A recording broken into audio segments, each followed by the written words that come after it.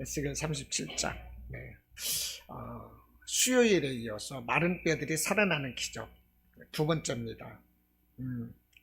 에스겔 선지자가 바벨론 포로지에서 본 환상인데 마른 뼈들이 골짜기 가운데 가득한 것을 보았습니다. 그런데 이 마른 뼈들은 제가 무엇이라고 말씀했었나요? 소망이 없고 멸망 상태에 있는 이스라엘을 가르친다 그랬습니다. 이제 그 말이 11절에서도 설명을 합니다. 11절 보면 또 내게 이르시되 인자야 이 뼈들은 이스라엘 온 족속이라. 그들이 이르기를 우리의 뼈들이 말랐고 우리의 소망이 없어졌으니 우리는 다 멸절되었다 하느니라. 아멘. 그렇죠? 이 마른 뼈들은 소망이 없고 멸망 상태에 있는 이스라엘을 가르친다는 것입니다. 그런데 이 뼈들이 다시 살아나서 군대가 되었습니다. 이것은 다시 이스라엘이 회복될 것을 말씀을 하는 것입니다. 아멘.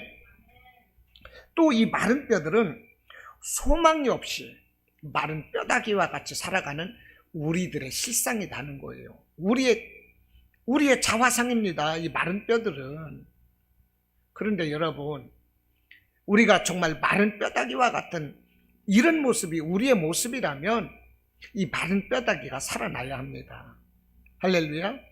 마른 뼈다귀가 살아나야 돼요.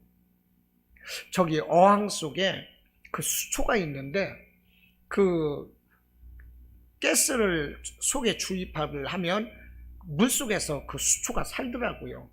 근데 이제 그걸 하시던 취집사님이 안 계시다 보니까 오랫동안 가스 주입이 안 돼가지고 그랬는지 수초가 어느 날 갑자기 노랗게 죽어버렸어요.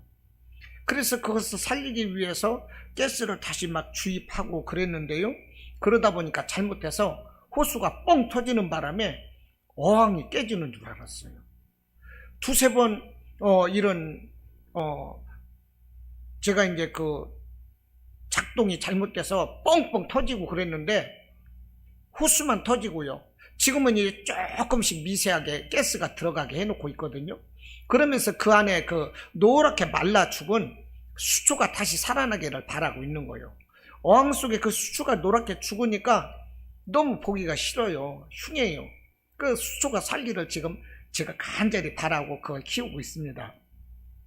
여러분, 죽어있는 것들은요 아름답지 못해요. 물고기도 죽어버리니까 보기 흉하더라고요. 바로 냄새가 나더라고. 살아있어야 되는 것입니다. 할렐루야. 아무리 양귀비 같은 미인이라도 죽어버리면요 금방 썩어요. 냄새가 나요. 우리가 성령으로 말씀 안에서 살아있을 때는 향기가 나고 아름다운 모습이 되지만 우리가 죽어버리면 아무것도 아닙니다. 우리는 살아서 그리스도의 향기를 세상에 나타낼 수 있는 이런 사람들이 되어야 돼요. 날마다 살아서 정말로 주님께 감사드리고 영광 돌려드리고 우리의 삶의 본분을 다 할 수 있는 이런 삶이 되어야지 우리가 세상 것에 의하여 낙심하고 좌절하고 무너지고 쓰러지고 이런 마른 뼈다귀와 같은 모습으로 살아서는 안 된다는 것입니다. 할렐루야.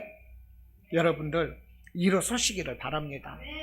마른 뼈다귀와 같은 우리의 삶에 생기가 돋아나고 우리 주님이 내려주시는 이른 비와 늦은 비로 정말로 그것을 빨아들여서 우리의 심령이 살아나고 기쁨 가득하게 정말 감사가 차고 넘치는 정말 내 안에 풍성한 만족함으로 넘쳐나는 이런 삶이 되기를 바랍니다.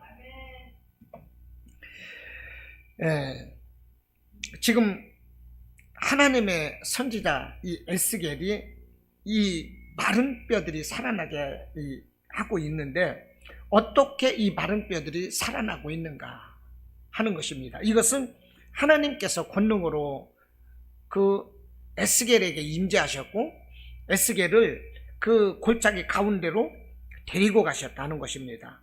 자, 1절로 2절 보시면 뭐라고 합니까? 여호와께서 권능으로 내게 임재하시고 그의 영으로 나를 데리고 가서 골짜기 가운데 두셨는데 거기 뼈가 가득하더라. 나를 그 뼈 사방으로 지나가게 하시기로 본즉 그 골짜기 지면에 뼈가 심이 많고 아주 말랐더라. 보십시오. 지금 하나님께서 에스겔 선지자를 골짜기 가운데로 데리고 가셨어요. 왜 데리고 가셨을까요? 왜 골짜기 가운데로 데리고 가셨을까요? 마른 뼈들을 보라는 것입니다.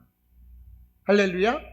마른 뼈들이 볼 수 있도록 그 마른 뼈의 실상을 알려주기 위해서 이 에스겔 선지자를 그 골짜기 가운데로 데리고 가셨어요. 가서 보니까 마른 뼈들이 가득한 거예요.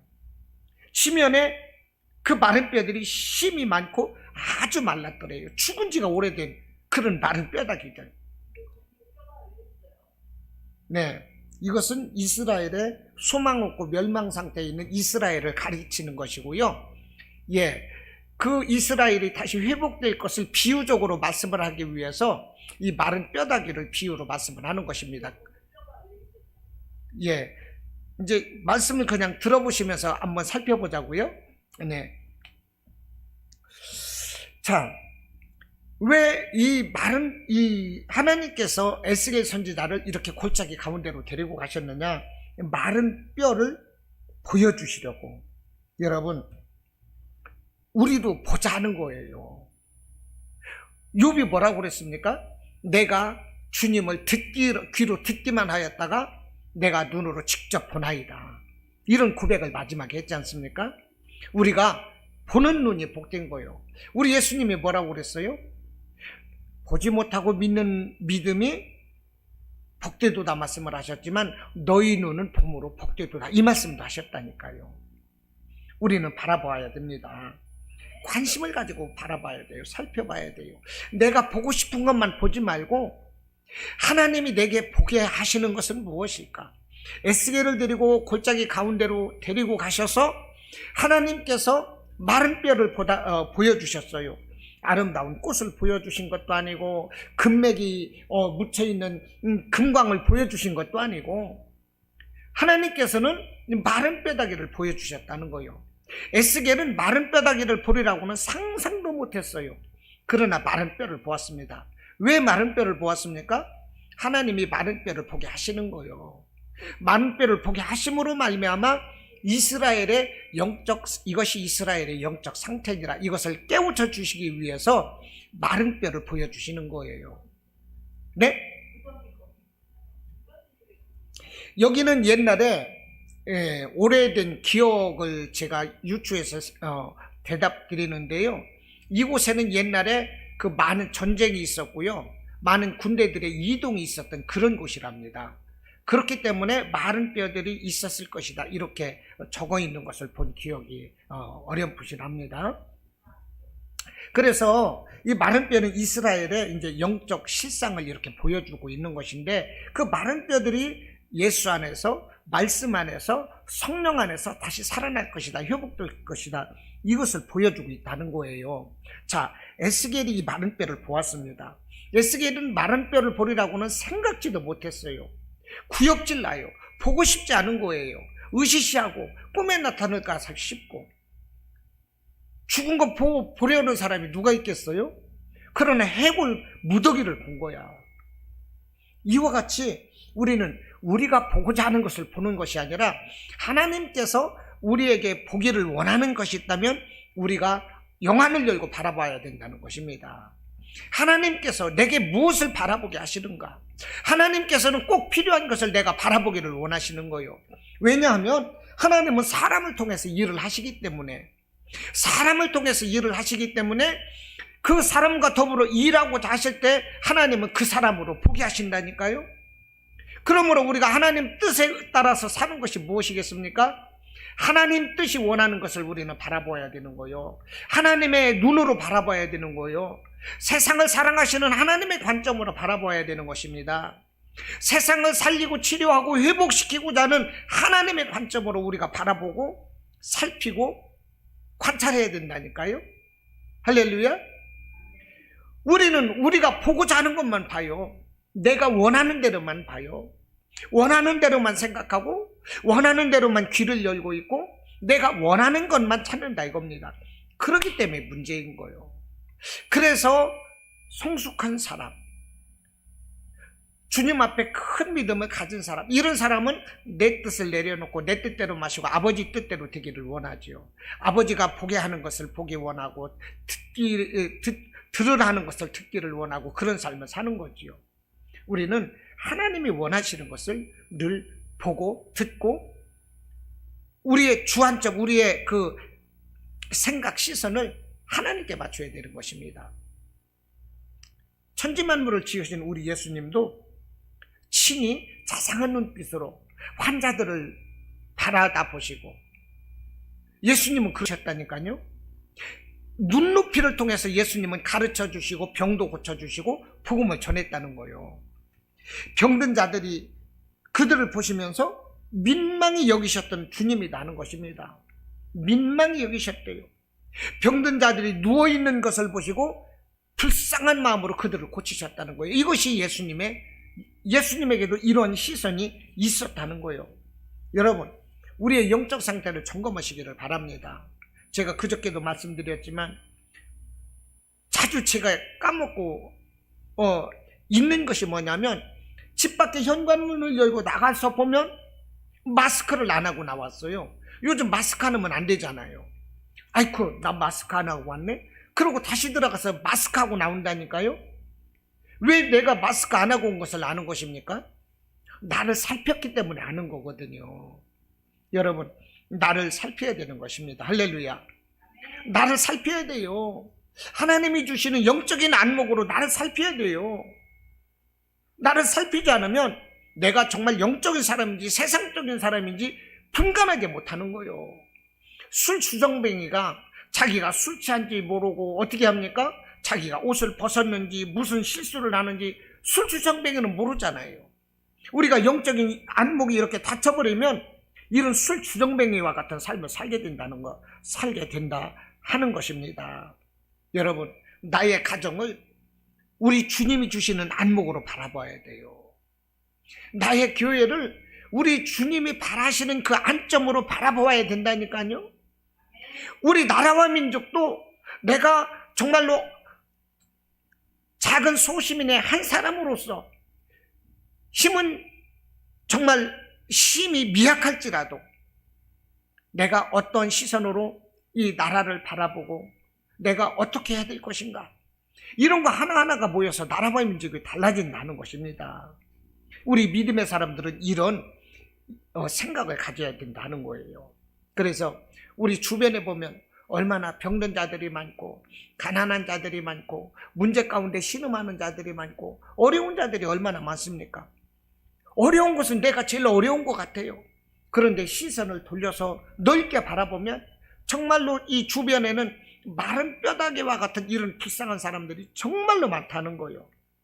이런 분별력 있는 안목으로, 우리 하나님의 사랑하시는 안목으로, 긍휼하신 안목으로 여러분 주변을 살펴보시고 하나님의 사랑을 정말로 그 사랑 안에서 승리하는 삶이 되시기를 축원합니다. 자, 3절을 보시면 이제 하나님이 에스겔에게 말씀을 하는 거예요. 이렇게 말씀을 합니다. 그가 내게 이르시되 인자야, 이 뼈들이 능히 살 수 있겠느냐, 이렇게 말씀을 했어요. 뭐라고 하셨어요? 이 뼈들이 능히 살 수 있겠느냐. 여러분, 죽어있는 뼈들이 어떻게 살아요? 벌써 죽은 송장이 돼서 뼈다귀만 남았는데. 그런데 하나님은 뭐라고 하십니까? 이 뼈들이 능히 살 수 있느냐, 이 뼈들이 능히 살 수 있느냐, 이렇게 묻는 거예요. 이것을 물어보실 때 왜 물어보실까요? 하나님이 술 취하셨습니까? 헛소리 하는 겁니까? 아니, 죽은 사람을 어떻게 살려요? 금방 내 죽은 것도 아니고 이미 죽은 지 수십 년이 돼서 뼈다귀만 남았는데, 그런데 하나님은 이 뼈들이 등에 살 수 있겠느냐, 이렇게 물어보시는 거예요. 이렇게 물어보실 때는 적어도 살리시겠다든지 살릴 수가 있겠다든지 어떠한 희망이 있기 때문에 이 말씀을 하시는 거 아니겠습니까? 지금 하나님의 관심이 무엇입니까? 다시 살리는 거예요. 할렐루야. 하나님의 관심은 이 뼈들이, 이 죽은 자들이 다시 살아나는 거예요. 다시 살리는 것에 하나님은 관심을 가지고 있는 거예요. 우리 하나님은 죽은 자들을 살리시기 위해서 영적으로 죽어있는 이 세상의 모든 자들을 살리기 위해서 자기의 독생자 예수를 이 땅에 보내주신 것입니다. 우리 예수님도 이 땅에 죽어가는 많은 영혼들을 구원하시려고 살리시려고 당신이 친히 오셔서 육신을 입고 오셔서 십자가 저주를 감당하셨어요. 할렐루야. 예수님이 내가 너희를 위하여 거처를 예비하러 가노니 거처를 예비하면 내가 다시 와서 너희를 나 있는 곳에 영접하리라. 요한복음 14장에서 예수님은 그 말씀을 하시고 올라가셨어요. 가심에 뭐라고 하셨습니까? 내가 올라가는 것이 너희에게 유익하니 내가 다시 올 때까지 보혜사 성령을 너희에게 보내리라. 우리 예수님이 말씀하셨어요. 그래서 보혜사 성령이 우리와 함께 계시는 거예요. 성령님이 왜 우리와 함께 계십니까?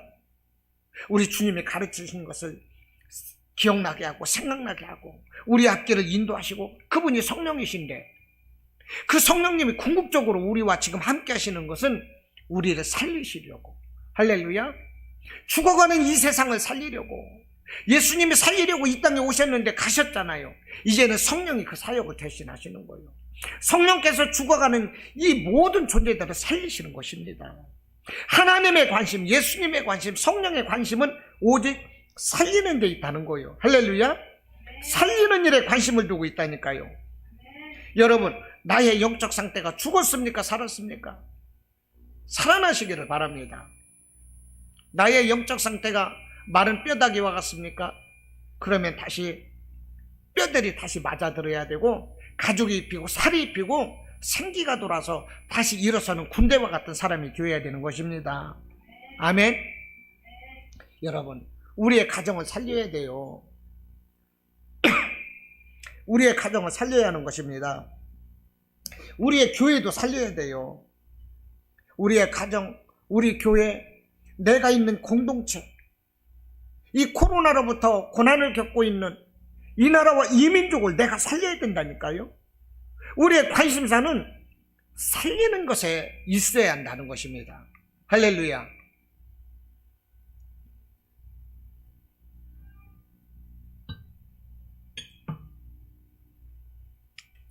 (7절로) 또 10절을 보겠습니다. 7절에서 뭐라고 하십니까? 이에 내가 명령을 따라 대언하니, 명령을 따라 대언하니 그랬어요. 10절에서도 이에 내가 그 명령대로 대언하였더니 그랬어요. 왜 대언하였느냐? 하나님이 말씀을 하셨어요. 너는, 이 4절에서 보니까 너는 이 모든 뼈에게 대언하여 이르기를 너희 마른 뼈들아 여호와의 말씀을 들을지어다. 주 여호와께서 이 뼈들에게 말씀하시기를 내가 생기를 너희에게 들어가게 하리니 너희가 살아나리라. 이 말씀을 대언하라. 하나님의 말씀을 하셨어요. 그래서 7절에서 그 하나님의 명령 따라서 대언했다는 거예요. 대언했더니 뭐라고 합니까? 7절에 대언할 때 소리가 나고 움직이며 이 뼈, 저 뼈가 들어맞아서 서로 연결되고, 내가 보니 그 뼈에 힘줄이 생기고 살이 오르며 그 위에 가죽이 덮이고 이런 일이 있었다는 거예요. 그 명령대로 순종을 하니까. 그러니까 7절로 10절에서 에스겔이 하나님의 말씀 따라 그 명령대로 대언했다. 이건 뭐예요?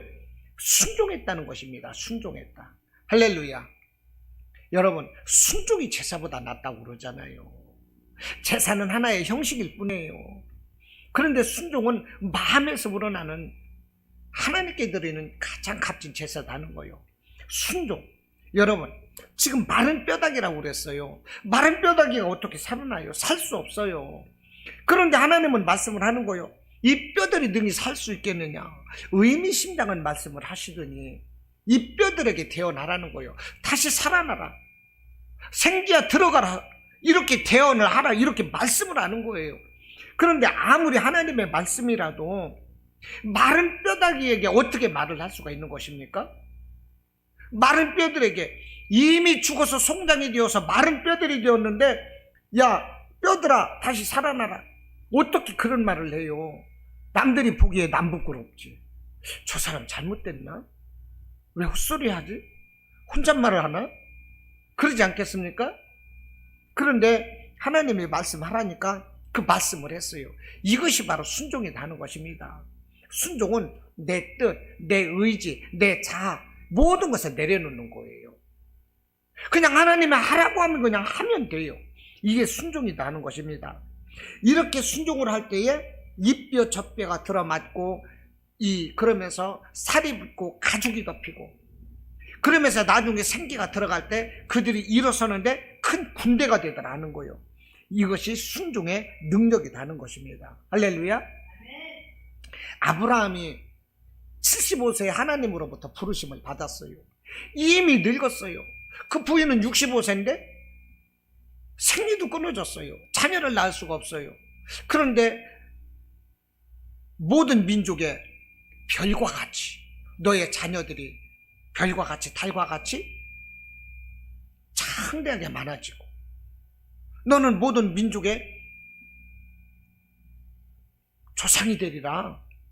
하나님이 이 말씀을 하실 때 아브라함이 이 말씀을 믿고 따라 순종했다는 것입니다. 그럴 때 아브라함이 어떻게 됐습니까?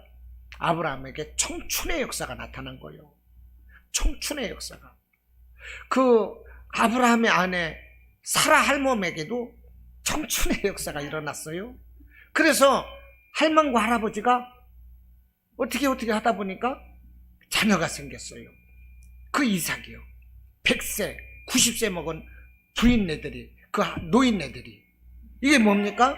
순종의 축복이 나는 거예요. 순종. 할렐루야. 여러분, 좋은 일 있기를 원하십니까? 웃기를 원하십니까? 감동 있는 삶이 있기를 원하십니까? 순종의 씨앗을 심으시기 바랍니다. 내가 심은 대로 거둔대요. 내가 순종의 씨앗을 심으면 값진 결실의 열매를 거두게 되는 거예요. 사르밧 과부가 자기 아들에게 한 끼 한 줌의 밀가루밖에 없었어요. 병 속에 작은 기름밖에 없었어요. 3년 반 동안 가뭄이 계속되고 있는 거예요. 그런데 하나님의 사람 엘리야라는 사람이 와서 염치도 없지. 아니 어떻게 돼가지고 당장 한 끼 자식에게 이 빵을 쪄주고 나면 굶어 죽을 판인데, 그것을 먼저 빵을 쪄서 내가 먼저 먹게 하라. 아니 어떻게 하나님의 사람이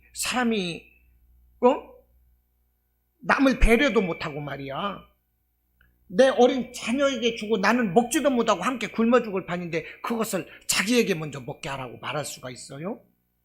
그런데도 하나님이 내가 먼저 먹게 하라고 말씀을 하신다. 엘리야가 이 말씀을 하실 때 사르밧 과부가 어떻게 했나요? 그것을 먼저 빵을 쪄서 엘리야 선지자를 먼저 대접을 했어요.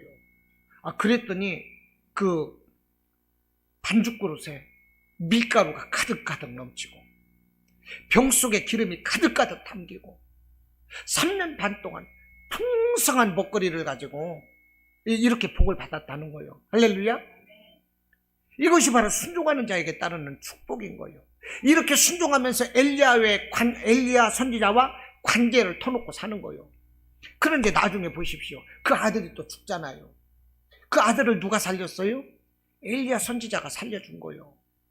하나님 말씀에 순종했더니 떡반죽 그릇에 넘쳐나고, 결국 하나님의 선지자와 함께 그 믿음의 교분을 쌓았더니 나중에 그 아들이 죽었을 때 그 교분 있는 하나님의 사람 엘리야가 자기 아들을 살려주는 거예요. 할렐루야. 이게 바로 순종이 다른 거예요. 그리고 7절에서 하나님의 말씀대로 순종해서 대언했어요. 10절에서도 대언했어요. 그러자 생명의 역사가 일어났다는 것입니다. 대언이 뭡니까?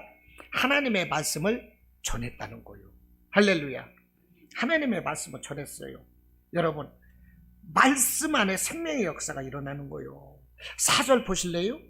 또 내게 이르시되 너는 이 모든 뼈역에 대언하여 이르기를 너희 마른 뼈들아 여호와의 말씀을 들을지어다 그러잖아요. 마른 뼈들아 여호와의 말씀을 들을지어다. 우리가 마른 뼈들과 같은 존재라고 그랬죠? 하나님의 말씀을 들으라는 거예요. 할렐루야. 말씀을 들으시기 바랍니다. 5절에서 말씀을 합니다.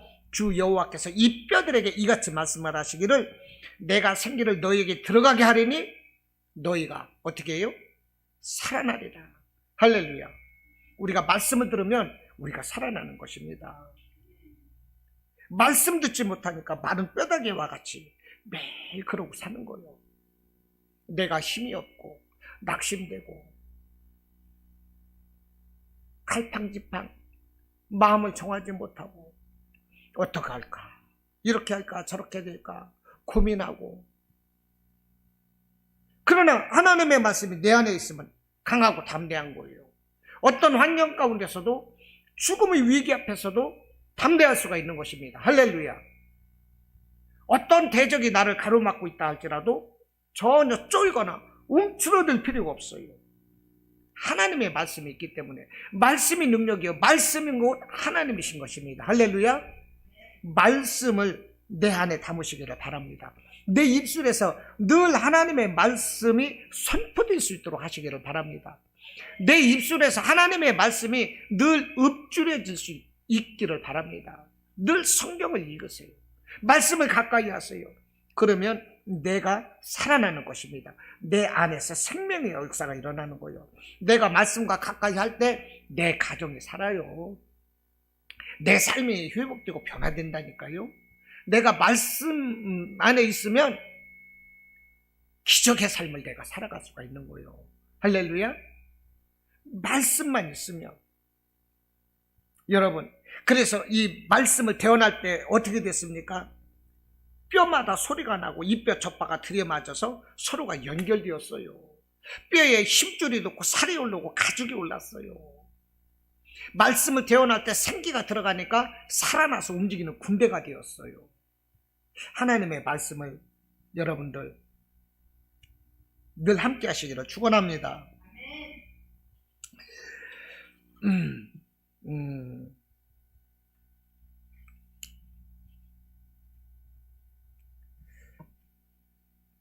여러분, 우리 예수님이 길을 가시는데 어느 백부장이 예수님께 나와서 내 하인이 중풍병에 걸려서 죽게 되었나이다.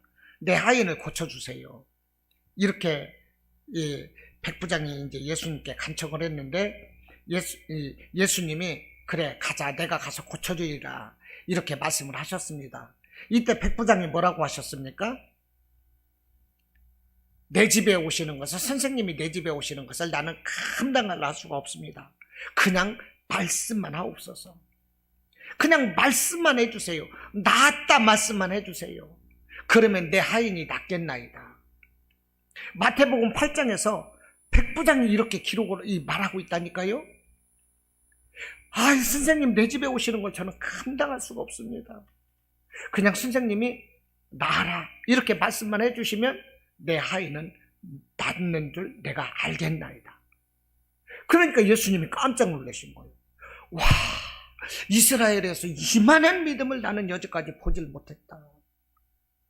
정말 이스라엘에 내노라 하는 사람들도 나중에는 다 믿음이 없고 그 심판받게 이렇게 심판받는 이런 존재가 될지라도 이 사람의 믿음은 영원히 하나님 앞에 기록될 만한 그 믿음이라고. 예수님은 이렇게 감동을 하셨다니까요. 그러면서 가라, 네 믿음대로 되라, 이렇게 말씀을 하시니까 그 시로 그 하인이 나았다는 거예요. 말씀만 하옵소서. 이 백부장, 와, 이 군인이에요. 그냥 백부장, 100명의 이 장수를, 이 부하를 거느린 장수, 이 장교거든요. 말씀만 하옵소서. 아, 이런 믿음이 우리에게 필요한 거 아니겠어요? 예. 아, 늘 말씀을 사모하시자고요. 주님, 오늘도 내게 말씀만 하옵소서. 내게 말씀을 주옵소서. 오늘도 내가 행할 수 있는 말씀을 주옵소서. 깨달아 알게 하옵소서. 내가 시험을 이길 수 있는 말씀을 주옵소서. 순종할 수 있는 말씀을 주옵소서. 내가 회복되고 치료될 수 있는 말씀을 주옵소서. 내 원수까지도 사랑할 수 있는 말씀을 주옵소서. 내가 주님께 순종하고 주님께 기쁘시게 할 수 있는 말씀을 주옵소서. 이런 사모함을 갖기 바랍니다.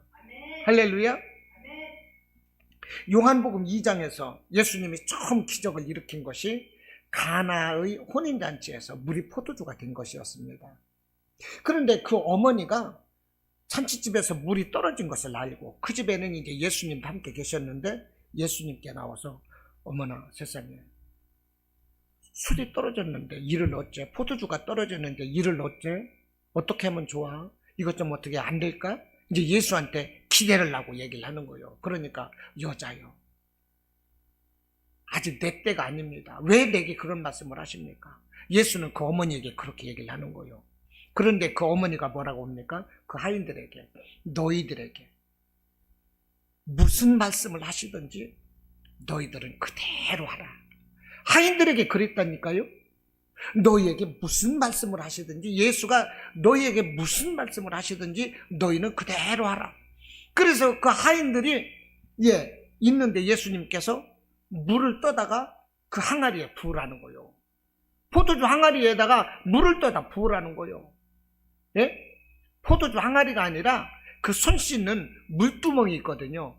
정결하게 손을 씻는 그 손을 씻는 항아리 6개가 있었는데 거기다가 다 그냥 물을 부으라는 거예요. 사람들 그냥 손 씻는 곳이야, 거기, 그 물을. 그런데도요, 하인들이, 그 예수의 어머니가 말씀을 하셨기 때문에 예수가 무슨 말씀을 하시든지 묻지도 따지지도 않고 그냥 물을 떠다가 아구까지 철넘지게 갖다 부었더니 예수님이 하시는 말씀이 그 물을 떠서 갖다 주어라 그러거든. 아니, 손 씻는 물 떠다 줬다가 구사대기 얻어맞으면 어떡해요? 이놈아, 이걸 술이라고 가져왔느냐, 이놈아? 냄새나는 손 씻는 물을 어디라고 가져오느냐? 이러고 구사대기 맞을 수 있잖아요. 그래요, 안 그래요? 예? 그런데 그 하인들이 어떻게 했습니까? 그 물을 떠서 항아리에 갖다 붓고 그 다음에 그 물을 떠서 연회장에 갖다 주었더니 연회장에서 그것을 맛본 손님들이 지금까지 잔치가 끝나는 늦게까지 이렇게 맛있는 포도주를 준 집은 본 적이 없다. 어떻게 이렇게 포도주가 맛있냐? 그러면서 사람들이 칭찬을 하면서 그 포도주를 먹고 그 잔치집이 즐거웠다는 거예요. 어떻게 그렇게 그 물이 포도주가 되었어요? 그 말씀대로 했더니 그 우리 주님의 말씀이 있는 곳에 물이 포도주가 된 거예요.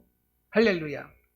여러분, 하나님의 말씀을 내가 모시고 살면, 내가 말씀 안에서 살면 물이 포도주가 되는 기적을 체험하는 거예요. 말씀대로 살면 내 질병도 치료돼요. 문제도 해결돼요. 내가 마음에 소원하고 바라는 것이 무엇입니까? 그거 말씀만 있으면 아무것도 아니요. 말씀만 있으면 그냥 아무것도 아니라니까요. 미국의 유명한 부흥사가 여럿 있지요.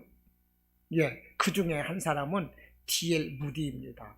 무디는요, 배우질 못했어요.